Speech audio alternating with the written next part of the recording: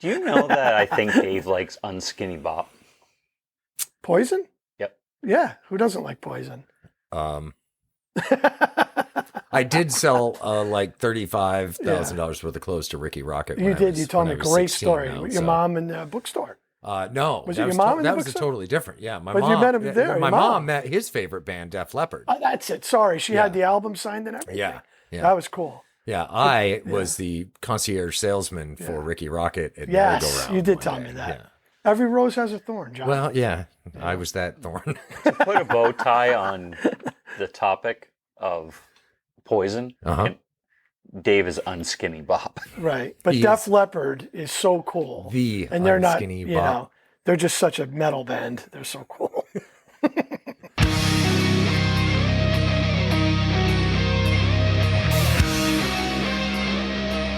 Hey, it's Shit Talk Reviews. How are ya? I'm John. As always, Derek, and David. it's a pleasure, fellas. That's a good one, John. What's I the feel news? good. Anything? I feel good today. Do Pretty ya? good, yes. I do. I'm a I little did excited. not call in the security force this week, so I'm going to ask that you guys, you stay calm and peaceful and loving with one another.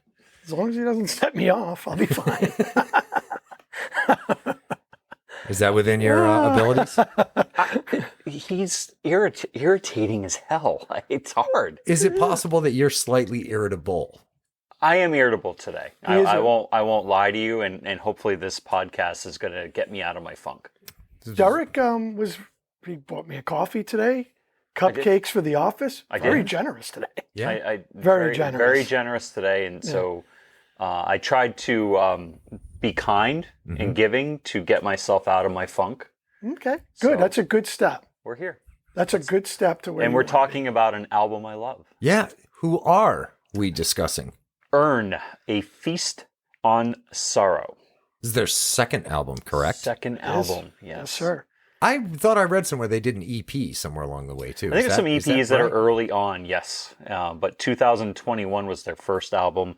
They're on Candlelight Records. They're a three-piece from London. And I am stoked to be talking about this album. Yeah. They've engaged with some pretty heavy hitters along the way, too. I know Joe, again, I'll butcher the name because that's what I do. Joe Duplantier, the singer of Gojira, produced this record.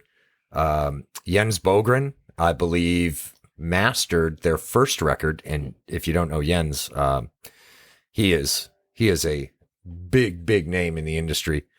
Worked with Opeth, Between the Buried and Me, Sepultura, Fates Warning, Marty Friedman, Amon Amarth, and countless, huge list of bands. So yeah, they've worked with some serious vets. I will say, John, for a trio band, I enjoyed this. This was really, really a good listen for me. Usually you like to stick to just I solo love it. projects or I do. either one guy or six. Mhm. I was hooked on this. I probably listened to this about a good 9 to 10 times. I loved it. You I eclipsed actually the four really liked listens. it. For a trio, too. Absolutely amazing. Props to the band. I liked it. It was very good. It was a good record. Well, It start was a us good off, record. Derek. What were the things? What was your first impression? So I fell in love with them on early on. I heard "Becoming the Ocean," and I immediately downloaded it. I went back, listened to their older material, loved it.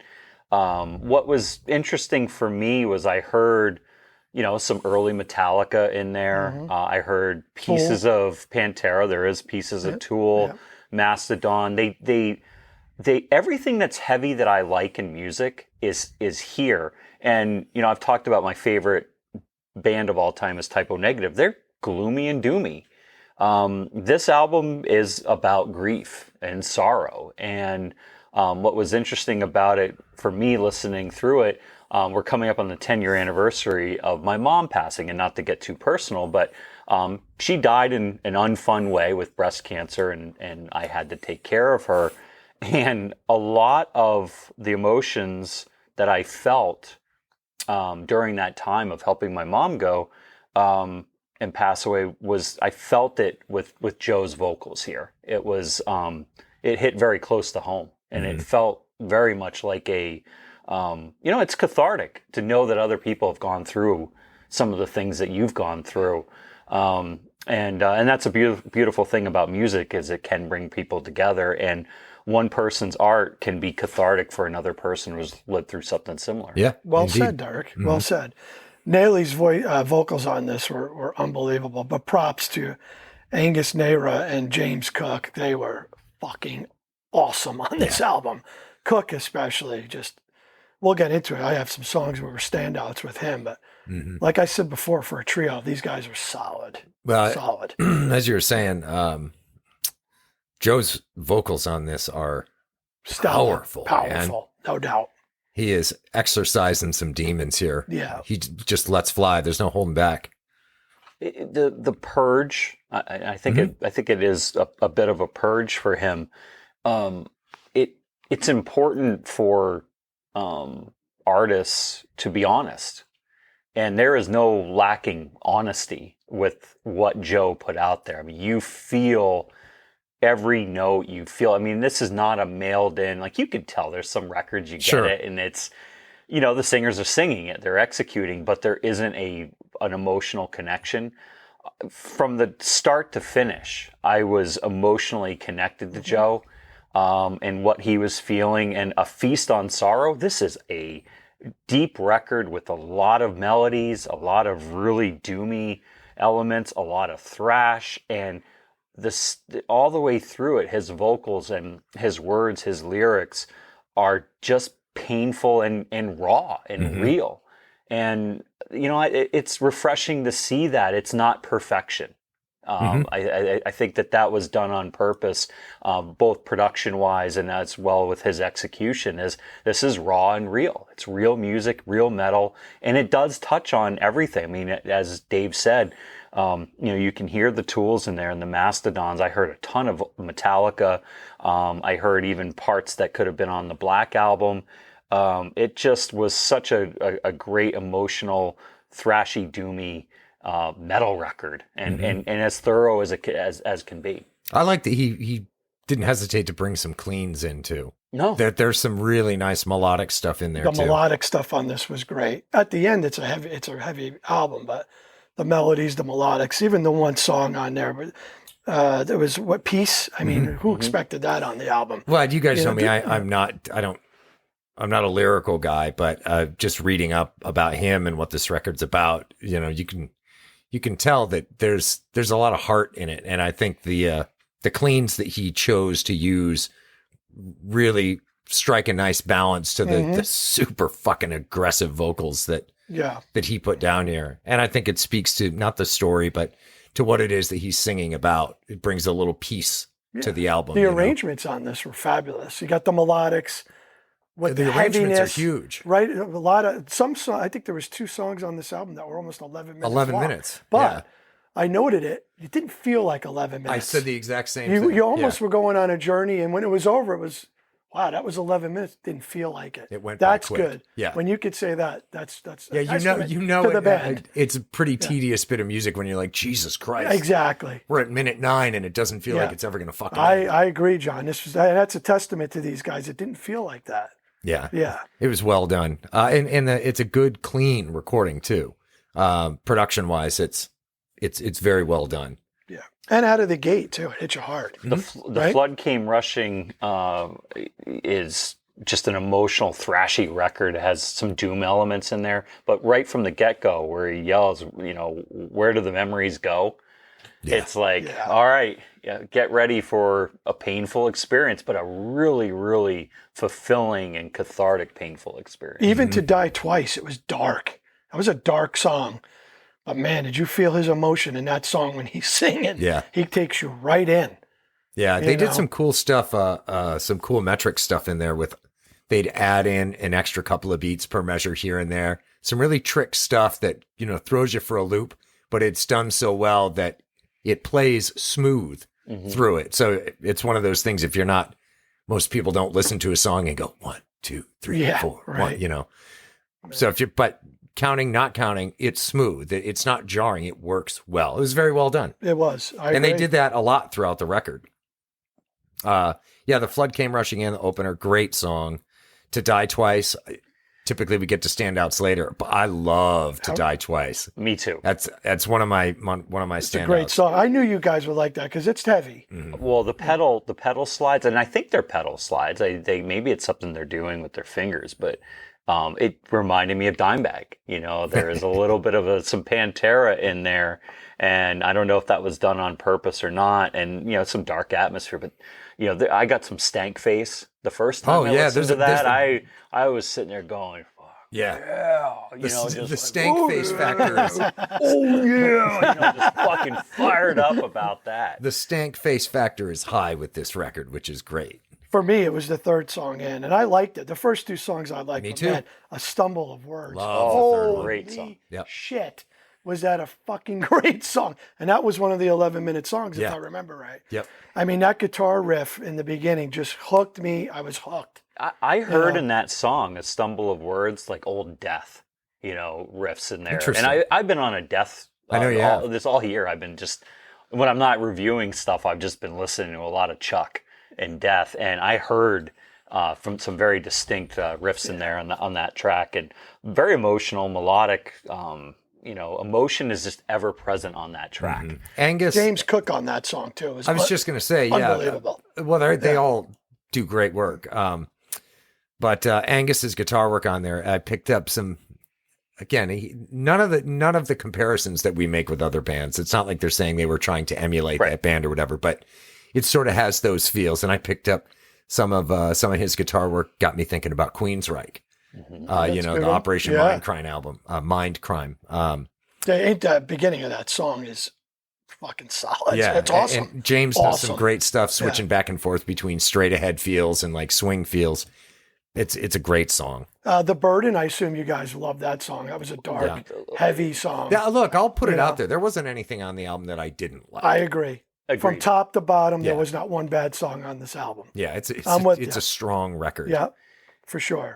The Burden had, what was interesting is there's some black metal elements in there.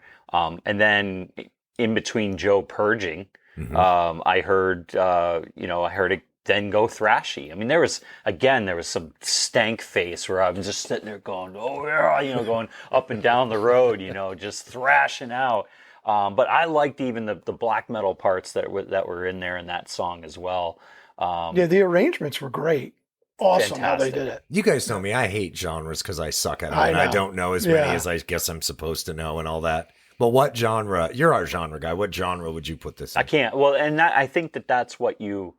Progressive, right? Not Metal, don't know. progressive. I don't know. I don't know how you put them in a bucket. Right. They have elements of progressive sure. music with some odd time signatures Yeah. here and there, and weird turnarounds and things Was like it that. Doom? I wouldn't say it's Doom. I don't Death know. metal. I think it's probably foundationally in Doom, but it takes pieces of everything that's heavy and makes it their own. There is not, but they're not going so far off the reservation where I made fun of Periphery in the past, where they sounded like boy band. There's no boy band. I mean, this is, you know, Decidedly not. This decidedly heavy and wants to stay heavy, and it wants to purge, and it wants to be a friend to take you into hell and walk you through it, and then take you out the other side and pat you on the back and say it's going to be okay. That's actually a very good analogy. He's right. Mhm. Yeah, pretty much.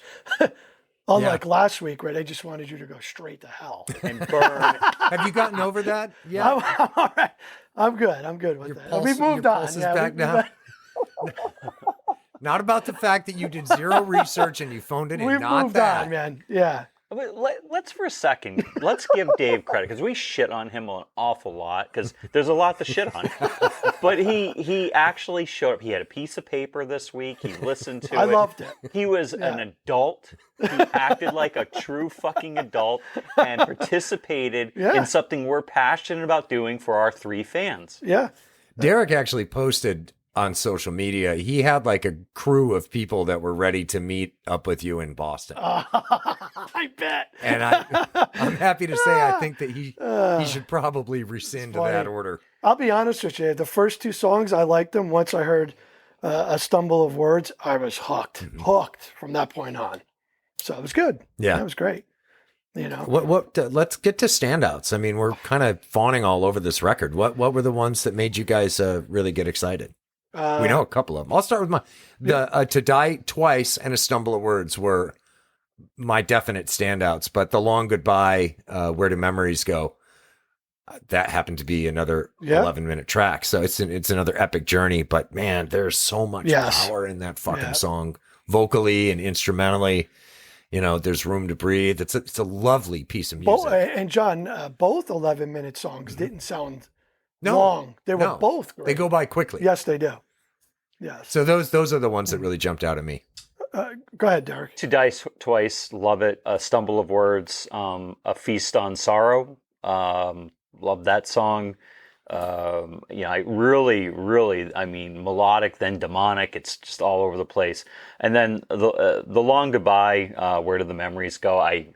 It's a beautifully done, beautifully composed track. If you are this far into watching our podcast or listening, give that a shot first and then go back and listen to the heavier shit on the record. I think that would be an excellent, if you're not a huge metal fan, that track could actually be really accessible. You're right. It might be a good place James to start. Cook on that song too is the drums on that song. Amazing. This is, as I understand it, this is James's first album with these guys. Richard Harris played on Serpent in Spirit, their first record, which also, I don't know, did you guys go back and listen to that? I did. Yeah. That's a big record too, man. Yep. Some great guitar work on that. Again, the whole record is a solid record, but Angus really stretched out with a lot of cool harmony work and everything on that first record. I will say that I'm rarely inspired to put a notification of when a band is coming to the area and say, that's it, I'm clearing my schedule. I'm doing that with these guys. Yeah, I agree. I am going to see them when they come here. I am inevitably going to go buy a T-shirt, buy some stuff from them, some swag. It's funny you should mention. I was actually looking at their merch store online earlier today, thinking, man, and they've got some pretty cool designs too. Yeah, and you know what's really cool? They played along with our washing sausage. Oh God, that's from right. a few weeks ago, and thought it was hilarious, and so they're cool guys that can get obviously have a chuckle. But yeah, I'm gonna support them. I'm gonna go see them. They are UK based. I don't know if we mentioned that. Yeah, he did. He brought it up at the beginning. So do we know if they're touring in the States yet? Anybody see? I don't, John. I know they played Bloodstock earlier this month on the main stage, that's pretty good. It's great. Yeah, that's where these guys should be playing. Yeah. Yeah. Well, but we don't know about US tour dates yet. No. Okay. Sir, can I speak to my songs I liked? Oh yeah. I was going to come back to that later, but if you're insistent. 4 songs. I got Stumble of Words, A Feast on Sorrow, The Long Goodbye, and Becoming the Ocean. I thought the band was on all cylinders.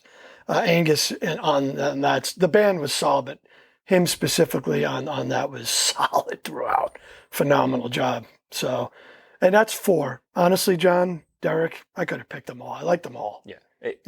It was solid. Easy. When it's this easy, it's nice. Well, you have a habit of yeah.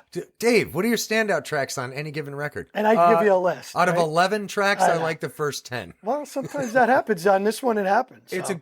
It's a great credit, album. It's a credit to the record when album. There aren't standouts because you like them all. Yeah. I mean, I think we could sit here for forever and talk some of these song for song. We can go on and on. It was very good. It was a very good pick. As a UK band, maybe we'll get in touch with them and ask them what they, if Country Time is offered over there, because it's not offered here. They still, they'll let me buy it, but they won't fucking talk to me. Yeah. So maybe if they have a Europe branch of operations, maybe we should attack there. No, it's worth a shot. Your addiction to Country Time is noble. He's going to get it. I don't do cocaine. Yeah, he's determined. I'm not a raging alcoholic, but I'm hooked on the pink. Yeah, and again, it's not just lemonade. And John, again, it's not just for the summertime. No, we say it all the time. It's good all year round. Can I so behind the scenes, if you go out to eat with John, everybody else around you will be drinking, booze, and he's like, "Can I get a lemonade, please?" True. And every time the waiter, waitress, bartender, you name it, they're like, Huh? What are you, the Oh, 7? you're, Yeah. yeah, you, what do you know, Right. like, yeah, but it is. It's like clockwork. "Oh, lemonade, please." And he says it with a please every single time. It's Well, like, it's polite. I try and be a gentleman. kind of lame, but. Somebody in this fucking room's got to be a gentleman because it sure as hell isn't you two. No, I just farted too.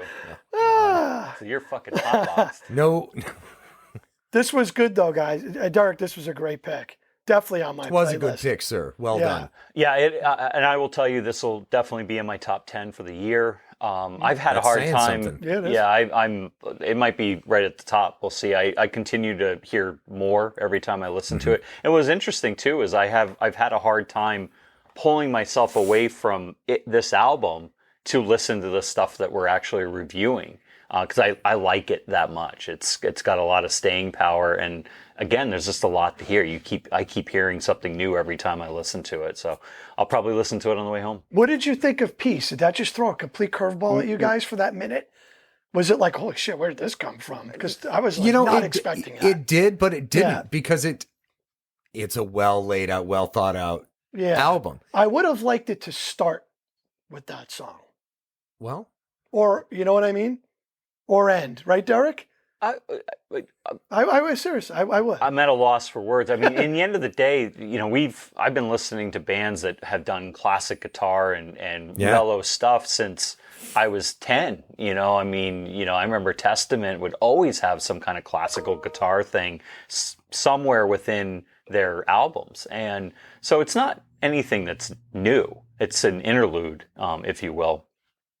So it wasn't, I don't really care where it was. I didn't mind it. have we talked about the way people listen to music now versus the way people listen to music in the 80s? Well, up to the, the rise of MP3s and online everything's so singles. accessible now, John. Any song you want, you can. Well, that's my point. You know what I mean? I think it speaks to a band's care for their product when they take time. And I think most bands do this, that release full albums, will take the time to be really thoughtful about their track layout and their track listing and, when each song occurs on the record to try and either tell that story or to just have the right flow from front to back. That's a good point. Um, yeah.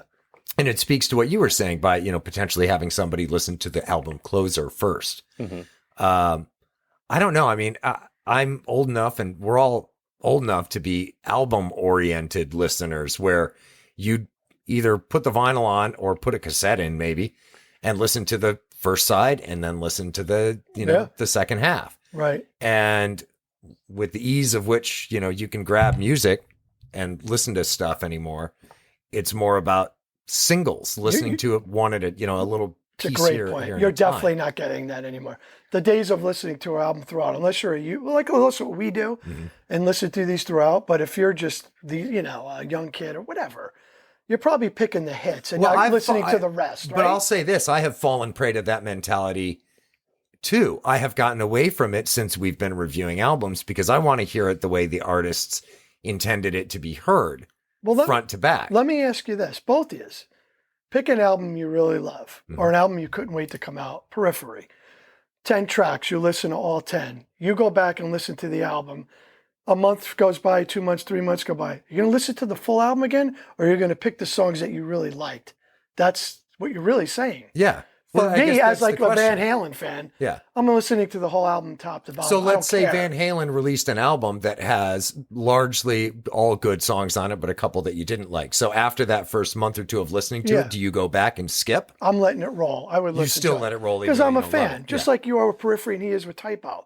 There's not a Typo song he's not going to listen to. Not Is gonna there a skip typo it. song that No, you listen I to don't and go think I like, would. Yeah, no, there's, yeah. What? no, but you Okay. know what I'm saying. Yeah. Did they put tracks out where you're like, Of not so course. much? There was a cover of the Angry Inch. It's about a guy that goes and gets a sex change and has a little nub for a penis, and it's a cover of a Broadway musical. And to me, I'm like, oh, it's funny. Hedwig.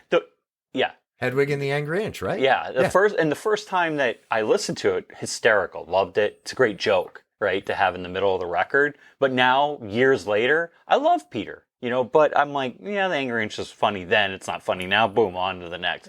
I want his original music. Again, he's done some amazing covers. Like Typo did amazing covers, but the Angry Inch for me was always kind of like, it's a joke. Bye. Yeah. It's a great point, John, because you can easily just pull up 1 or 2 songs per band and keep those as your. A new artist puts out an album.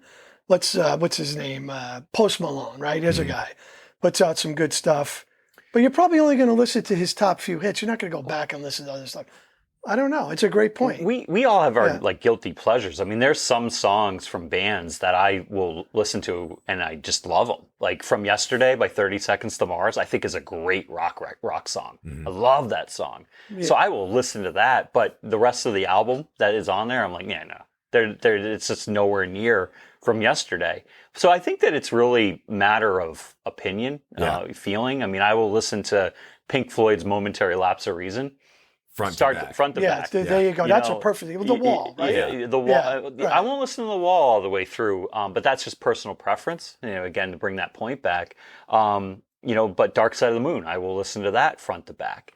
So it really depends on the record, and it depends on personal preference. My kids, they'll listen to Master of Puppets all day long. And I'm like, guys, there's more to this than what you saw in Stranger Things. Yeah, that's to John's point. There right. You go. Yeah, and they'll put on Master of Puppets on repeat. They'll get in the car with me like Master of Puppets. I'm like, for the love of God, can we listen to something? And, I made them listen to the rest of Master of Puppets, and they were listening to Battery, and they're like, whoa, that's fast. Disposable Heroes. And they're like, okay.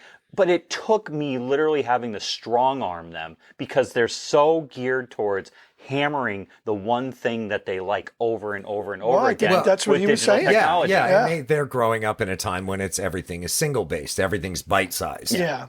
John, could we all agree though there was nothing like back in the day going into a record store and physically picking up the album, the art, the sleeve, going home, what was the playing first, it. What was the first vinyl you bought? Diver Down. It was the first album I bought. Vinyl.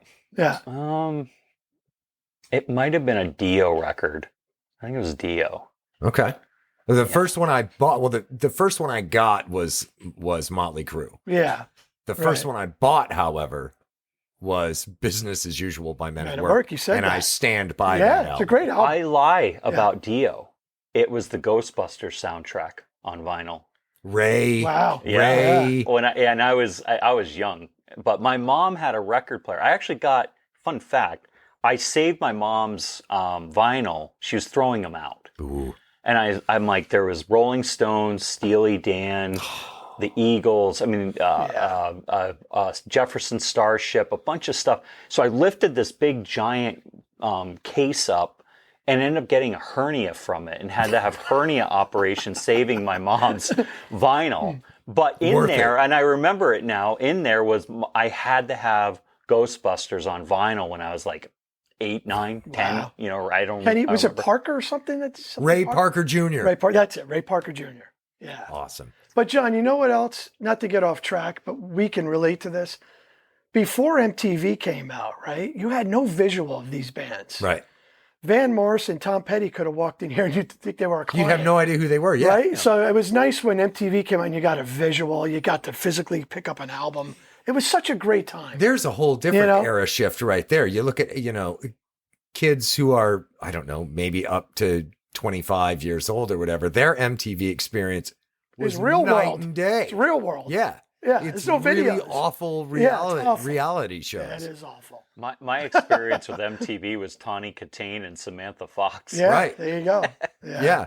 Back for the 5 minutes MTV actually played videos. But John, that's a great thing you brought up. We could go on for days talking about that, how music has changed, and preferences.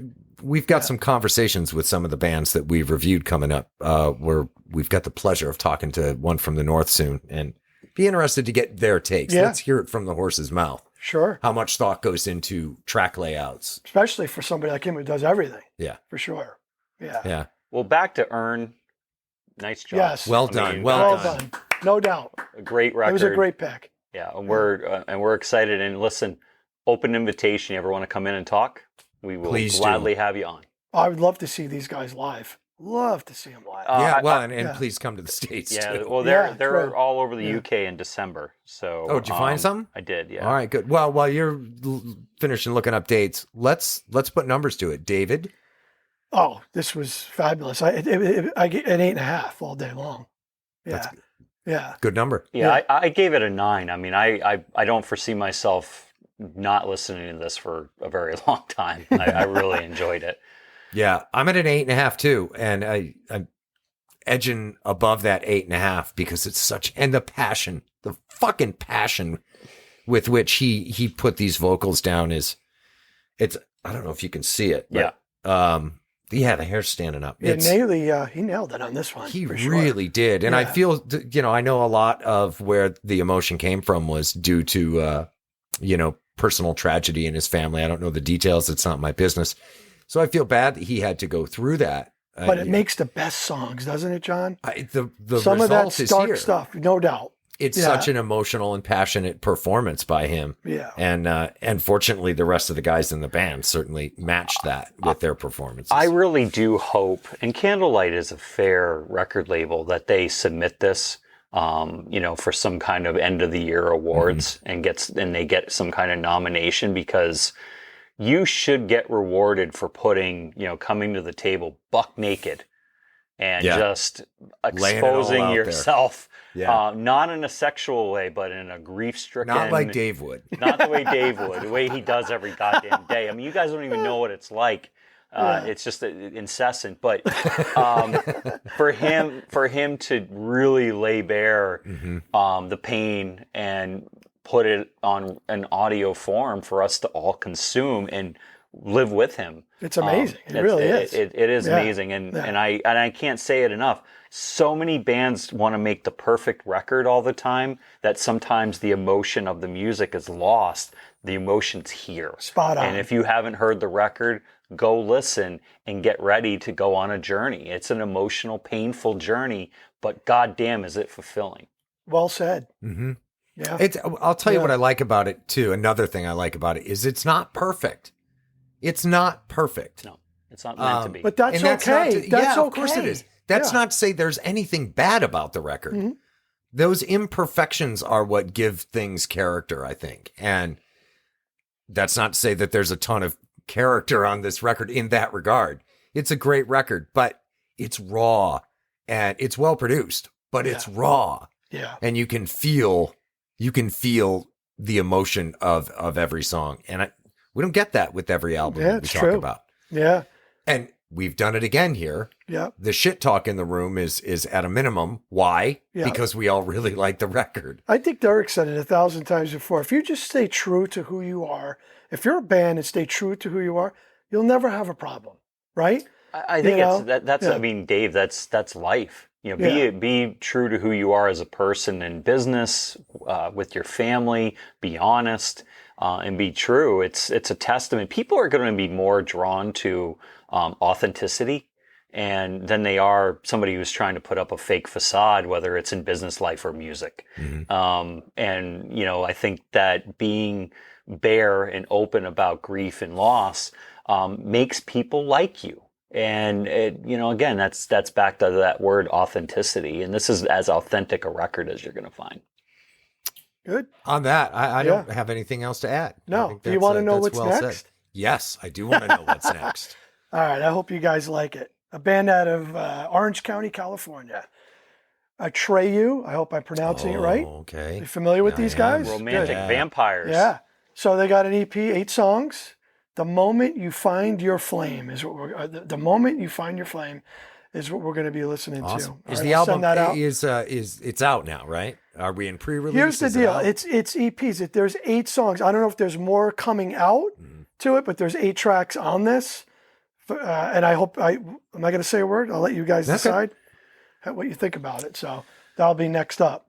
And then we got an interview coming up too. So we got a lot of things coming up. We're traveling. We're going to see Max. We're going to see, twice. And we'll be in Boston and Orlando. I am going to see, for those of you who are in Tampa, I will be at the 31st at Ghost in Amon Amarth up in Tampa. So if you want to say hello, definitely come on out.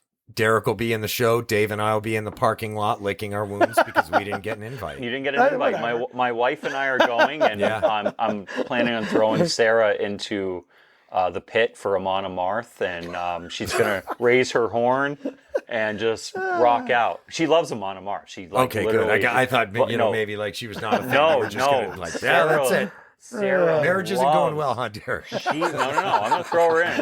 We're gonna get her in the pit. She's gonna take her armor in there, because there are Vikings that show up wearing armor to Amon Amarth shows, and we're gonna have her see if she can raise a horn in the pit, drink some beer, and have a good old time. When is that? The 31st. Oh, that's coming of up. That's August. in a couple of weeks, right? A week? Week and a half? Yeah, a week. Well, next Thursday, not that's right. It's we're for anybody who gives a shit. It's August 23rd when we're recording. Right. Okay, John, I just real quick, I'd love to give a shout out to our number one fan, Kate. Kate, I hope all is well. One day we're gonna get an email from a lawyer or law enforcement. This is borderline harassment. We're gonna have to ask that you stop. Got to give her a props. She's our number one fan. Like I said to you, when Dave is bear, he goes full bear, like full frontal nudity. He's not SpongeBob. He doesn't wear tighty whities. Yeah. It's just no tighty whities. Oh my god! This was good. Great. Yeah. This was great. I love Urne. This was great. This was a good pick. So hopefully you guys like next week just as much as you like this one. Can we take a minute too to point out Derek's huge pipes, which I've known this guy for 5+ years. Yeah. I've never seen those pythons before last week. And all it took was you angering him. Yeah, there you go. Or Urne being like, you make it look really big. Like it's all camera. Like a fishing like, picture. Oh, look at me. Stick the fish real close to the camera. John, the beach is that way. We see the weight room. I turn 50 next year. Those muscles will start deteriorating. Oh, soon. Trust me. Yeah, they go quick.